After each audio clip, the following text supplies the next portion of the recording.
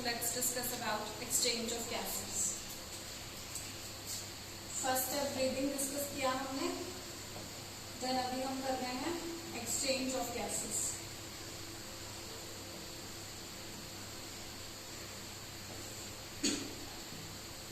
Exchange का मतलब होता है बेटा आदान प्रदान.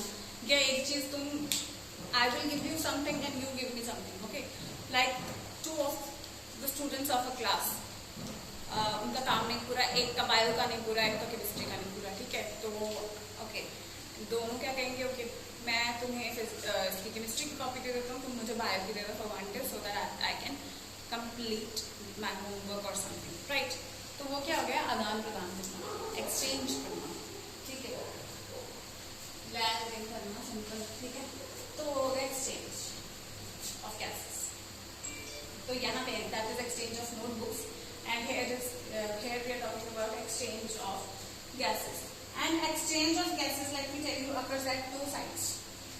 In the respiratory process, it occurs at two sites. One is at the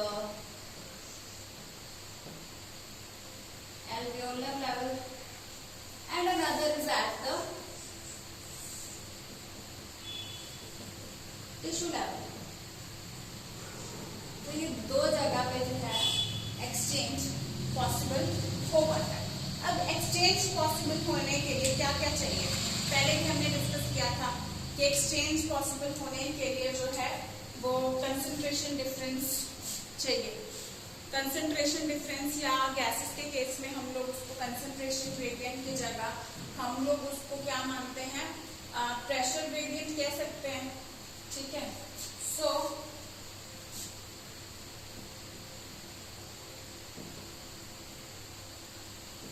the requirements for the exchange of gases to be possible is, first of all, pressure gradient.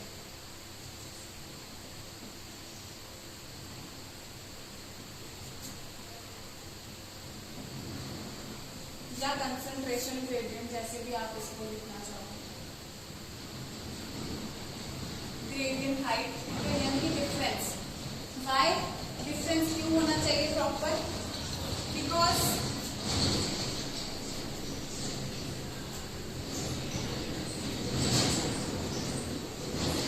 the gases are exchanged, or we can say the gases move by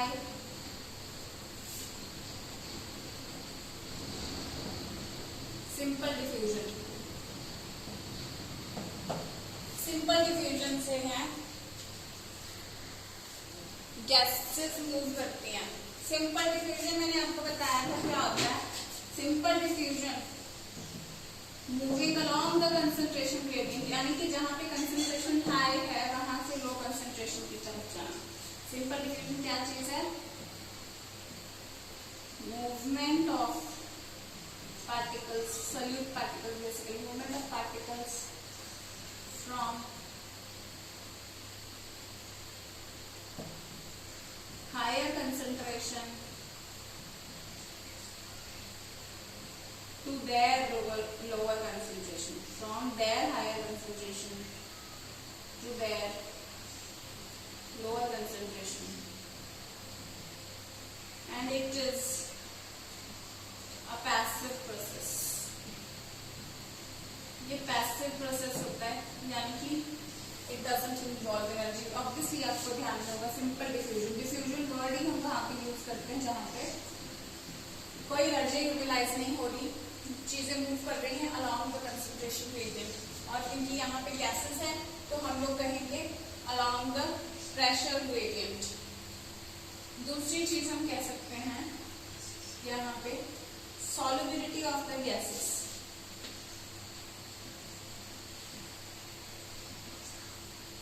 जी हाँ, solubility of the gases एक बहुत ही ज्यादा important point हो जाता है. Bye सो देखो हम जो एयर अंदर लेते हैं, इसकी आपने जूनियर क्लासेस में कंसंट्रेशन देखी होगी, ये सिर्फ 21% इसका ऑक्सीजन होता है जो हमें अंदर लेना होता है। कार्बन डाइऑक्साइड की तो काफी ज्यादा कम अमाउंट होती है, लेकिन वो तो हमें एक्सेल करना होता है बेसिकली, क्योंकि जिस चीज को अंदर लेना, अगर उसकी बात करें तो 21% है। अब जैसे हम इनहेल करते हैं तो ये नहीं है कि हवा में से हमारी नाक सिर्फ ऑक्सीजन को फिल्टर करके अंदर ले लेती है, एयर तो पूरी की पूरी अंदर जाएगी, ठीक है, जिसमें कि 78% नाइट्रोजन है, ठीक है। तो ऐसे में तो क्या होगा कि ब्लड में नाइट्रोजन घुल घुल के जाती रहेगी। तो पर्टिकुलरली क्योंकि nature has made us in such a manner that we require oxygen for the oxidation of food, जो रेस्पिरेशन का बेसिक पर्पस है वो ऑक्सीजन से ही पूरा होगा, है ना। तो उस वजह से गैसेस की सॉल्युबिलिटी अगर नाइट्रोजन की और ये सभी गैसेस की एक जैसी होती थी, ठीक है, सॉल्युबिलिटी किसमें, ब्लड में घुल के जाती है ये, ठीक है। तो ब्लड में सॉल्युबिलिटी, ब्लड में कह लो या किसी भी फ्लूइड में सॉल्युबिलिटी की अगर हम बात करें तो उस हिसाब से इनकी सॉल्युबिलिटी होती है, जिस हिसाब से ये ताकि बॉडी में ट्रांसपोर्ट हो सके। अगर जैसे मैंने आपको बता रही हूँ कि 78% इन नेचर के अंदर, एटमॉस्फेयर की बात कर रही हूँ मैं, 78% जो है वो नाइट्रोजन होती है, 21% ऑक्सीजन होती है, ठीक है। मैक्सिमम ये दो गैसेस होते हैं। अब नाइट्रोजन तो इससे बहुत ज्यादा, नियरली 4 टाइम्स ज्यादा हम कह सकते हैं। तो ऑक्सीजन कैसे जाएगी भी अंदर, तो होता क्या है, नाइट्रोजन जितनी भी गैसेस अंदर जाती हैं, जैसे nitrogen is less soluble in any fluid, less soluble, soluble मतलब इन लिक्विड की बात होती है, ऑब्वियसली सॉल्युबिलिटी मतलब घुल जाना, ठीक है, पानी में घुल जाना, is less soluble in liquid. और हमारे केस में लिक्विड कौन सा है, ब्लड है, is less soluble than oxygen, ठीक है। And one thing more, carbon dioxide, to your surprise, is more soluble than oxygen. अब ये चीज कैसे अफेक्ट करती है, transport of oxygen and carbon dioxide के जब रूट्स करेंगे तब हम देखेंगे कि घुल करके ज्यादा कार्बन डाइऑक्साइड जाती है और ऑक्सीजन बाउंड फॉर्म में जाती है, घुल करके बहुत कम जाती है, ठीक है। तो ये उसकी ट्रांसपोर्ट को अफेक्ट करता है, ये सब हम देखेंगे। फिलहाल के लिए सॉल्युबिलिटी ऑफ गैसेस के अंडर आप लोग क्या पॉइंट करेंगे कि सॉल्युबिलिटी ऑफ द गैसेस,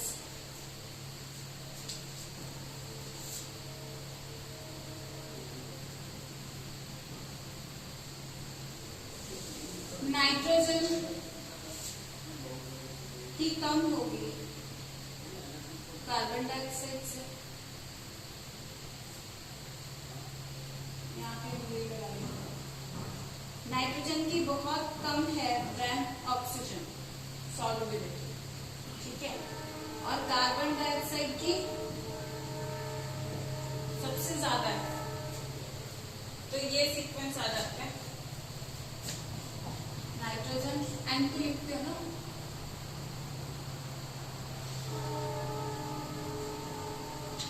ये सॉल्युबिलिटी सीक्वेंस आ जाता है इनका, ठीक है। तो घुल सबसे ज्यादा अच्छे से ये घुल के ट्रैवल करती है, कंफ्यूज मत होना, एल्वेलाई से टिश्यू तक नहीं, टिश्यू से एल्वेलाई तक ये जाती है, ठीक है।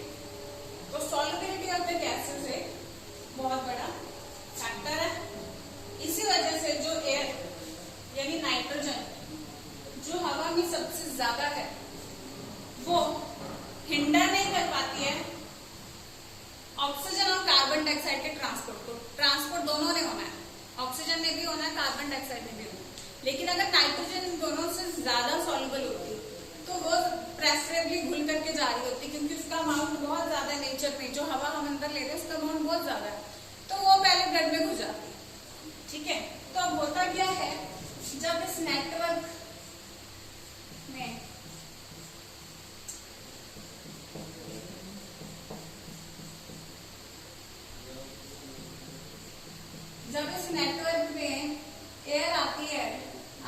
ब्लड होता है, तो यहाँ से नाइट्रोजन इस ब्लड में उतना घुल ही नहीं पाती जितना कि बाकी गैसेस घुल जाती है, ठीक है mainly.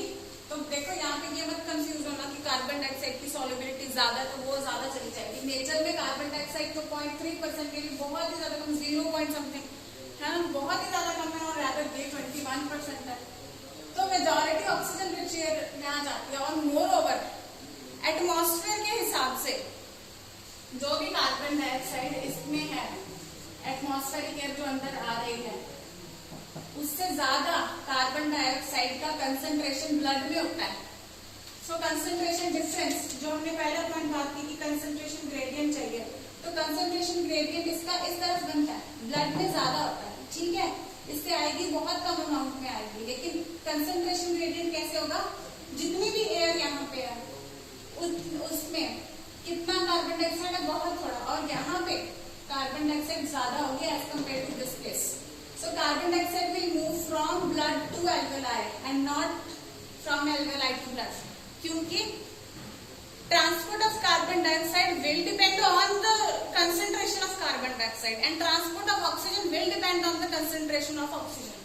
Since in the blood concentration of oxygen is less than that in the atmospheric air, so oxygen will be transferred from alveoli to blood, but in the blood coming to the alveolar site from the pulmonary artery, which is an exceptional artery that carries the deoxygenated blood. So deoxygenated blood with concentration of carbon dioxide is much more than alveoli, so it has to get exchanged the other way around, that is from blood to the alveoli. समझ आ रही है? तो इस side में जो है carbon dioxide वो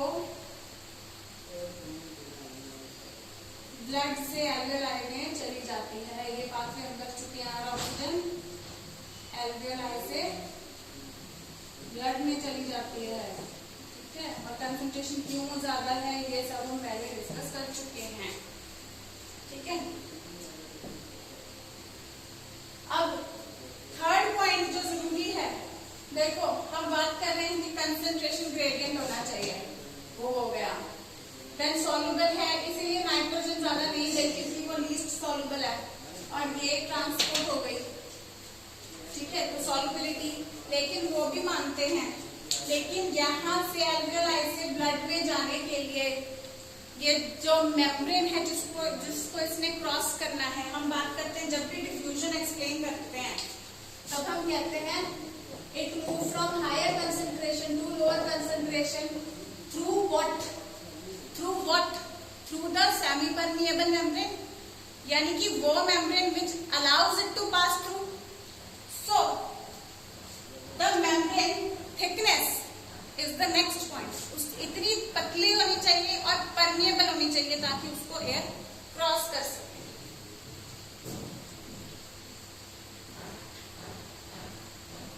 So thickness of the membrane,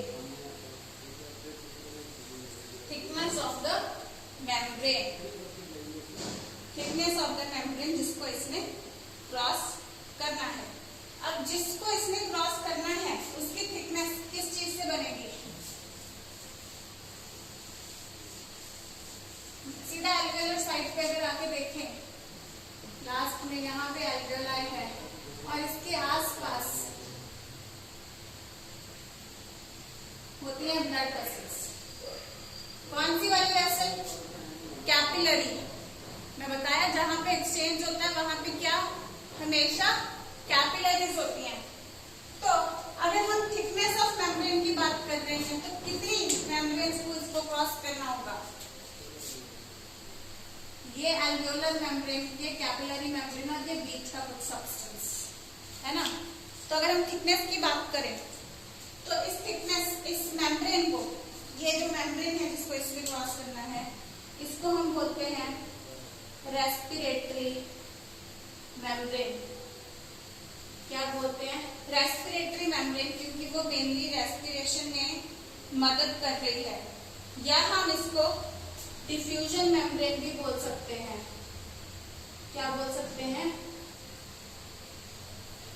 diffusion membrane भी इसको हम बोल सकते हैं, diffusion membrane.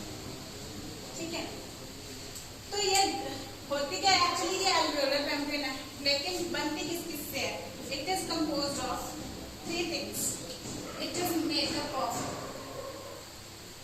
At the alveolar site, ये एक्सचेंज मेम्ब्रेन और भी जगह टिश्यू लेवल पे भी होगी, लेकिन एट द एल्वियोलर साइट अगर हम बात करें, it is made up of 3 layers. 3 membrane thick होती है, 3 लेयर्स, तो इसीलिए हम इसको बोल देते हैं 3 मेम्ब्रेन थिक। 3 मेम्ब्रेन्स की थिक होती है, ठीक है, 3 लेयर्ड थिक। तो ये थिन कैसे हो गई?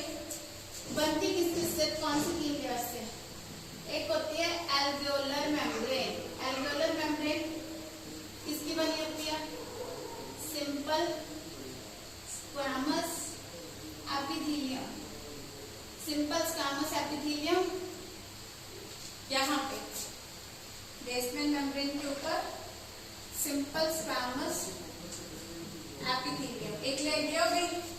और जिस कैपिलरी के अंदर ये जा रही है, इसमें भी it is lined by endothelium, and that endothelium is also made up of simple squamous epithelium. Remember capillary का cross section,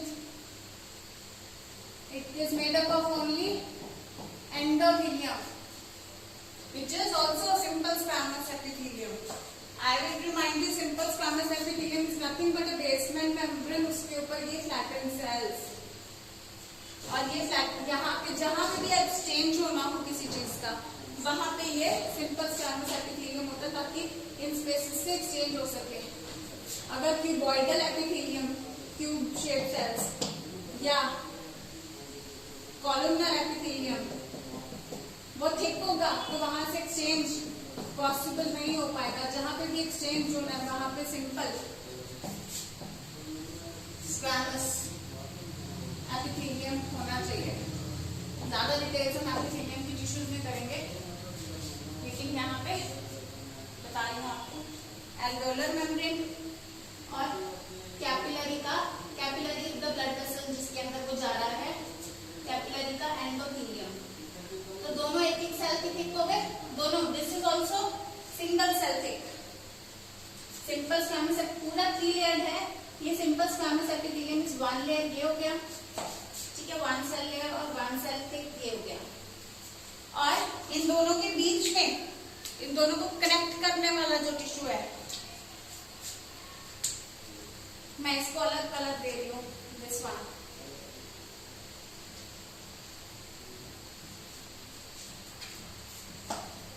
This is known as basement substance, ठीक है, तो ये substance एक सीमेंट कर देता है इन दोनों लेयर्स को आपस में। तो 3 लेयर्स कौन कौन सी हो गई? एंडोथेलियम को मैं राइट से कर देती हूँ, आपको थोड़ा आसान रहेगा।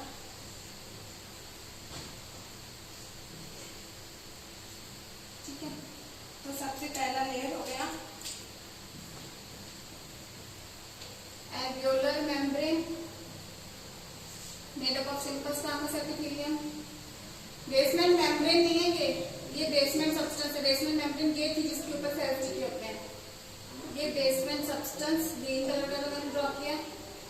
और कैपिलरी का भी endothelium which is again single cell. और एक चीज बता दूं, ये तीनों मिलके these 3 things all join to form thickness of less than 1 millimeter। तो 1 मिलीमीटर से भी कम थिकनेस बचती है।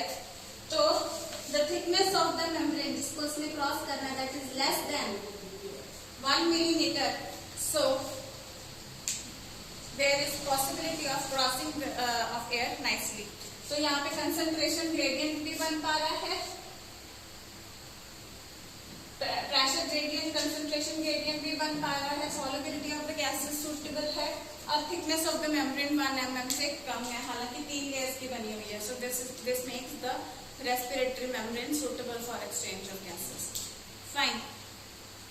So this is all. आज हो गया exchange of gases, especially alveolar level पे हमने ये जो diagram है आपकी make a 3-layered membrane or the exchange membrane, draw the exchange membrane at the alveolar site. So this diagram is important. It is there in your NCERTs as well as जो जिन लोगों के पास मेरे modules हैं उनके पास भी ये diagram उसमें भी मैंने ऐड कर रखी है. So और that's all for today's lecture. All the best.